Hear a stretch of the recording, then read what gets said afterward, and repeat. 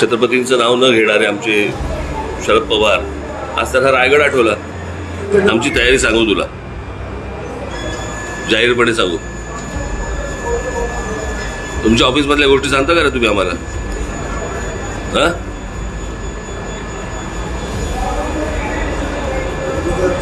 अनेक लोक मला विचारतात काय स्ट्रॅटेजी, काय कोण स्ट्रॅटेजी सांगतं काय?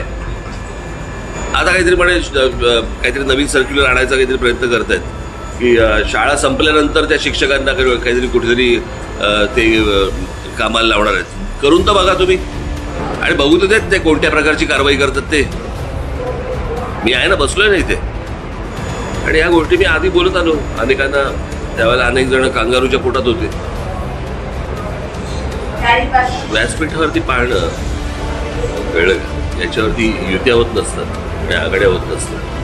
तुम्ही आता इकडे माझ्यासमोर बसलाय, तुम्ही काय माझ्या पक्षात सामील झालात काय? मी आधी बोलतो आणि नंतर पटतं तुम्हाला. लोक जोपर्यंत वटणीवरती आणत नाही तोपर्यंत आपण जे करतोय ते योग्यच करतोय असं जर समजा त्यांना वाटत राहिलं तर महाराष्ट्राचा चिखल अजून खराब होणार महाराष्ट्रात. बोला.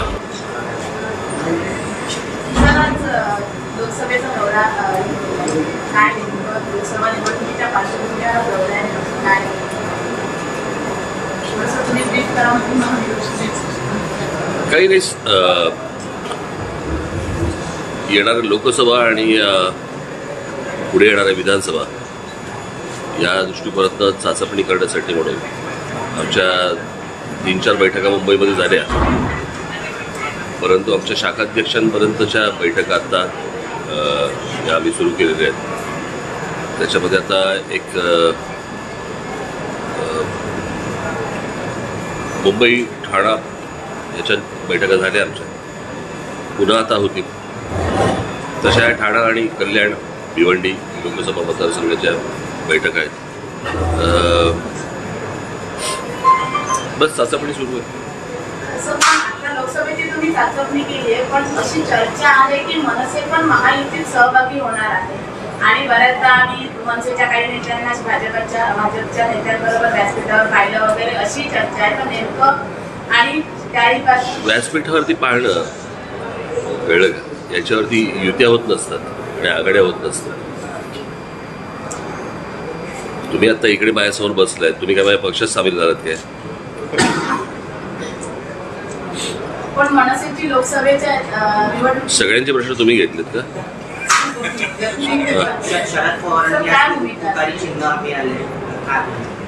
तुमचं चिन्ह मिळालंय हो का? काय करायचं म्हणजे मी काय सांगणार तुझं?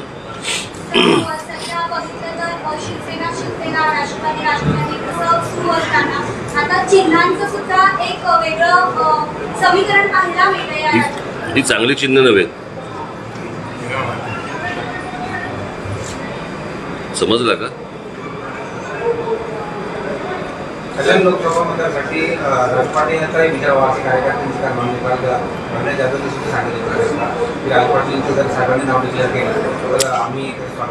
असं आहे. प्रत्येक ठिकाणी प्रत्येक मतदारसंघामध्ये पक्षाचे जे माझे सहकारी आहेत ते सगळेजण कोणाचं ना कोणाचं नाव सांगत असतातच, ते सांगतात. 2009 मध्ये 2014 मध्ये तुमचे दीड ते 2 लाखाच्या मतं मिळाली, आणि 19च्या निवडणुकीमध्ये सहभाग न घेता आता येणाऱ्या 24च्या निवडणुकीमध्ये कल्याण लोकसभेमध्ये मोठा वर्ग आहे. त्यावेळी ही निवडणूक मी तुम्हाला परत तेच सांगतोय की अजूनही या सगळ्या गोष्टी पाहणं आमचं चालू आहे. या सगळ्या गोष्टींचा प्रत्यक्ष सर्वे सुरू आहे. 2019 नंतर जर समजा तुम्ही महाराष्ट्राचं वातावरण पाहिलं तर सगळ्यात चिखल झालेलं आहे महाराष्ट्रामध्ये. मी मध्यंतरी एका कुठच्यातरी कार्यक्रमामध्ये गेलो होतो, त्यावेळेला त्या कार्यक्रमामध्ये मला असं वाटतं विधानसभेत गेलो होतो. बाळासाहेबांच्या तैलचित्राचं अनावरण होतं. मला समोर बसलेले लोक जे होते ते कोण कुठच्या पक्षाचे हेच कळत नव्हतं. बसलेले सगळे आमदारच होते. मध्यंतरी मला एक होतं पुण्यात, ते तुमचं नाट्यसंमेलन होतं ना, त्या नाट्यसंमेलनावर मला काही राष्ट्रवादीचे नगरसेवक मला भेटायला आले. भेटायला आल्यावर त्यांना मी विचारलं, म्हटलं 5-6 जण होते, म्हणाले आम्ही राष्ट्रवादीचे नगरसेवक. मी त्यांना विचारलं कुठल्या, तर ते 3 जण बोलले आम्ही पवार साहेबांचे, 2 बोलले आम्ही अजित पवार गटाचे. इतका मेस झालेला आहे. अशा प्रकारचं वातावरण मी कधी महाराष्ट्रामध्ये आजपर्यंत कधी पाहिलं नाही, महाराष्ट्राच्या जनतेने कधी पाहिलं नाही. आणि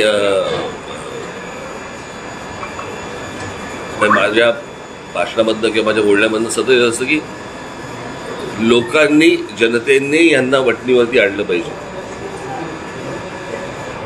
लोक जोपर्यंत वटणीवरती आणत नाही तोपर्यंत आपण जे करतोय ते योग्यच करतोय असं जर समजा त्यांना वाटत राहिलं तर महाराष्ट्राचा चिखल अजून खराब होणार, महाराष्ट्राचं वातावरण. आणि हे जर मला असं वाटतं सुधारवायचं असेल, पूर्ववत महाराष्ट्र जर करायचं असेल तर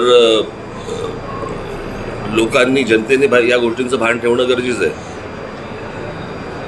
आपण नुसतंच नरेंद्र मोदी देशाचे पंतप्रधान व्हावेत असं वाटणं ठीक आहे, पण खालच्या लेवलला ज्या प्रकारचं राजकारण सुरू आहे, असं जर समजा एका व्यक्तीच्या नावाने जर खाली सगळा मेस होत राहिला तर हे काही पोषक चांगलं वातावरण नाही.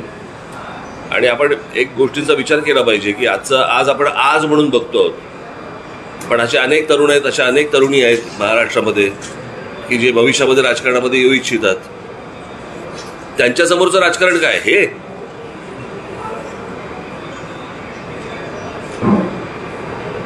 असं जर समजा त्यांना वाटायला लागलं. आज तुमच्या टेलिव्हिजन चॅनलवरती ज्या प्रकारची लोक येऊन बोलत असतात, जे तुम्ही दाखवत असता आणि तुम्ही दाखवता म्हणून ते बोलतात,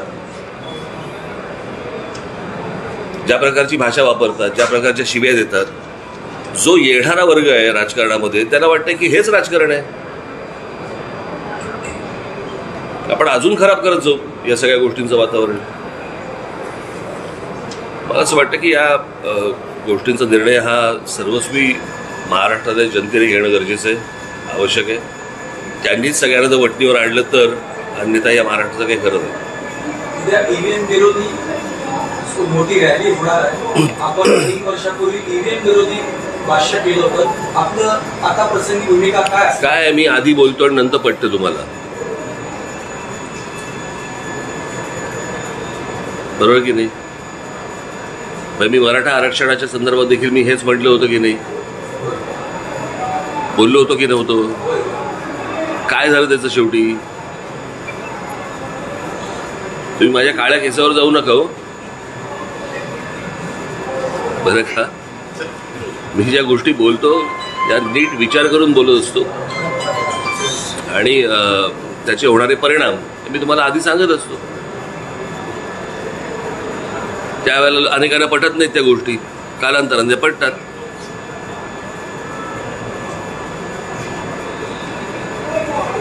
आणि जगभर जर समजा तुमचं मतदान हे जर समजा शिक्क्यावरती जर समजा असेल, जगभर जगातल्या सगळ्या पुढारलेल्या देशांमध्ये जर समजा तशा प्रकारचं मतदान असेल तर आपणच का वोटिंग मशीन घेऊन बसलोय?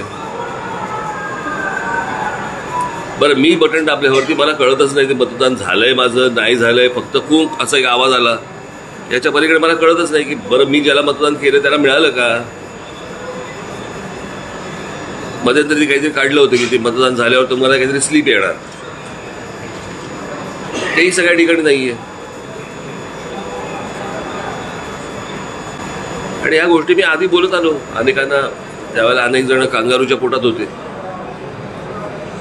आणि ओबीसीचं जे राजकारण चालू आहे यामुळे महाराष्ट्र एका वेगळ्या दिशेला न्यायचा प्रयत्न चालू आहे. अर्थातच ना, मूळ जे विषय आहेत महाराष्ट्रासमोरचे जे विषय आहेत, आता आज फेब्रुवारी महिना सुरू आहे, महाराष्ट्रामध्ये दुष्काळाची परिस्थिती आहे, अत्यंत वाईट पाण्याची परिस्थिती आहे, बेरोजगारीचा प्रश्न आवासून उभा आहे महाराष्ट्रासमोर. या सगळ्या प्रश्नांकडे दुर्लक्ष करण्यासाठी जातीचे आधार घेतले जातात आणि सगळ्यांचं लक्ष उडवायचं. तुम्हाला आठवत असेल तर कसं आहे, माझ्या महाराष्ट्रामधल्या माझ्या मराठी मुलांना मुलींना याच महाराष्ट्रामध्ये नोकऱ्या मिळाल्या पाहिजेत, त्यांना शिक्षण, उत्तम शिक्षण मिळालं पाहिजे, याची सगळ्यात श्रीमंत राज्य आहे. या संपूर्ण इतक्या श्रीमंत राज्यामध्ये जर समजा अशा प्रकारचा टाहो फोडला जात असेल तर ते कोणीतरी करवतंय हे तुम्हाला लक्षात येतं. बाकीच्या राज्यांमध्ये का नाही होते हे? म्हणजे जो संपूर्ण महाराष्ट्र हा विस्कळीत करणं हे जर अनेकांचं जर ध्येय असेल आणि त्याला जर महाराष्ट्र बळी पडत असेल, दुर्दैव आहे. आज मराठी शाळेचे काही विद्यार्थी तुम्हाला भेटले, काही ठिकाणी आपण मराठी साथ घातली, काय सांगा? काल शिक्षकांना वाचवलंय.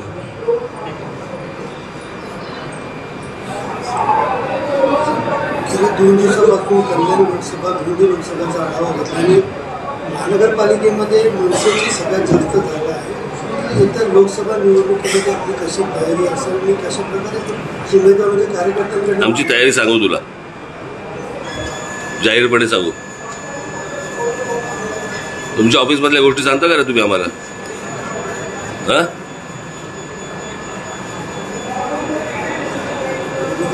नाही, अनेक लोक मला विचारतात काय स्ट्रॅटेजी काय, कोण स्ट्रॅटेजी सांगतं काय? बरं, तुम्हाला हा जो सगळा महाराष्ट्राचा विचका जो झालेला आहे सगळा, इकडूनची तिकडे तिकडूनची इकडे, कधी ह्याबद्दलची स्ट्रॅटेजी कधी कोणी सांगितली का तुम्हाला? झाल्यावरतीच कळलं तुम्हाला. महिन्या 2 महिन्यावरती निवडणुका आल्या, पेशन्स ठेवा थोडा. मोठी मागणी होती की हा, मनसेच्या खासदार द्यावा, बॅनर लागलेले मोठ्या प्रमाणात मागणी देखील या ठिकाणी मागण्या होतच असतात. ठीक आहे, आता तोंड फुटली. हा, उठताना तोंड फुटली तुमची.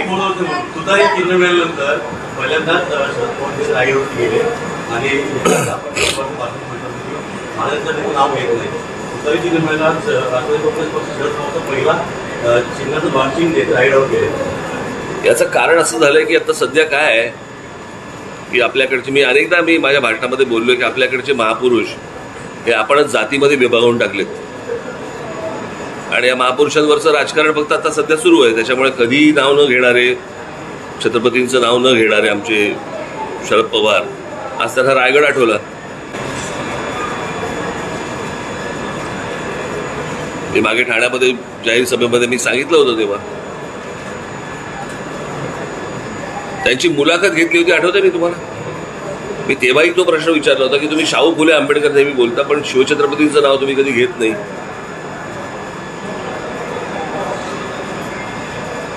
शिवछत्रपतींचं नाव घेतल्यामुळे मुसलमानांची मतं जातात, अशा काहीतरी संभ्रमावस्थेमध्ये इतकी वर्ष त्यांनी काढली आणि आता त्यांना आठवलं. फुंकू दे.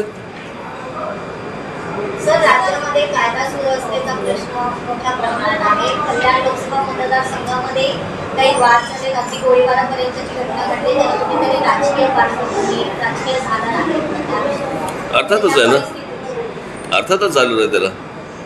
मला असं वाटतं की ते जे काही गणपतराव गायकवाड असतो, एखादा माणूस इतक्या टोकाला जाऊन गोळीबार का करेल हे पण मला असं वाटतं तपासलं पाहिजे ना. की या इथपर्यंत एक माणूस जातो की तिथे पोलीस स्टेशनमध्ये जाऊन गोळीबार करतो, त्या माणसाची मानसिक स्थिती काय असेल, ती त्या माणसाची मानसिक स्थिती इथपर्यंत कोणी आणली, कळलं का? ह्याच्या मला असं वाटतं सखोल चौकशी होणं गरजेचं आहे. कोर्टामध्ये ती होईलच. सर, 2012 पासून मराठी भाषेला अभ्यास करण्यात येण्याचा प्रयत्न झाला, अद्यापही दर्जा दिला जात नाही. शासन त्याच्याबद्दल काही नाही, कसं आहे, मराठी भाषेला जो दर्जा द्यायचा आपण म्हणतोय, मराठी भाषेसाठी, मराठी माणसांसाठी आहे. मी इतकी वर्ष सगळा लढा सुरू आहे, पण मराठी भाषेचा अभिमान असणारे आपल्याकडे किती लोक आहेत असे. मी खास करून राजकारणात बोलतोय, मी बाकी नाही म्हणत, मी राजकारणाची गोष्ट बोलतोय. त्याला काही देणं घेणंच नाही आहे. अभिजात भाषेचा दर्जा दिला म्हणजे काय दिलं असं विचारणारे लोक आहेत आपल्याकडे. यांच्याकडनं कुठची गोष्ट होणार आहे? पण मी नेहमी सांगत आलो तुम्हाला की राज्यांमध्ये राष्ट्रीय पक्षांची गरज नसते, राज्यातले पक्ष पाहिजेत आणि राज्यातले पक्षच हे या प्रकारचा दबाव आणू शकतात आणि तरच त्या गोष्टी होतात.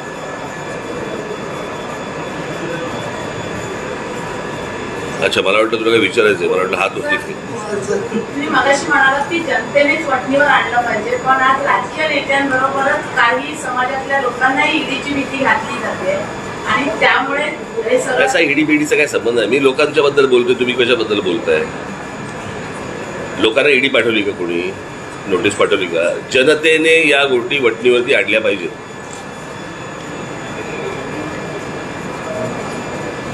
कळलं का? त्याशिवाय ते होणार नाही. मनोज जरांगे पाटील आज ज्या पद्धतीची भूमिका मांडली, रस्त्यावरती रस्ता रोको करू असे आवाहन करतात. येतो समजत नाही. निवडणूक आयोग हा नेमलेला आहे, 5 वर्ष तिकडे ते म्हणजे सततच आहे ना.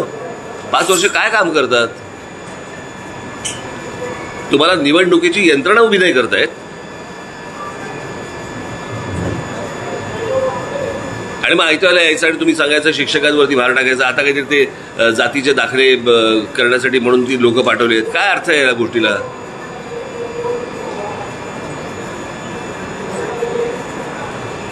मग माझं म्हणणं एवढंच आहे की मग निवडणूक आयोग करतो काय, माहिती ती संपूर्ण संस्था करते काय? काय करतात हे 5 वर्ष? आता काहीतरी म्हणे काहीतरी नवीन सर्क्युलर आणायचा काहीतरी प्रयत्न करतायत की शाळा संपल्यानंतर त्या शिक्षकांना काहीतरी कुठेतरी ते कामाला लावणार आहेत. करून तर बघा तुम्ही.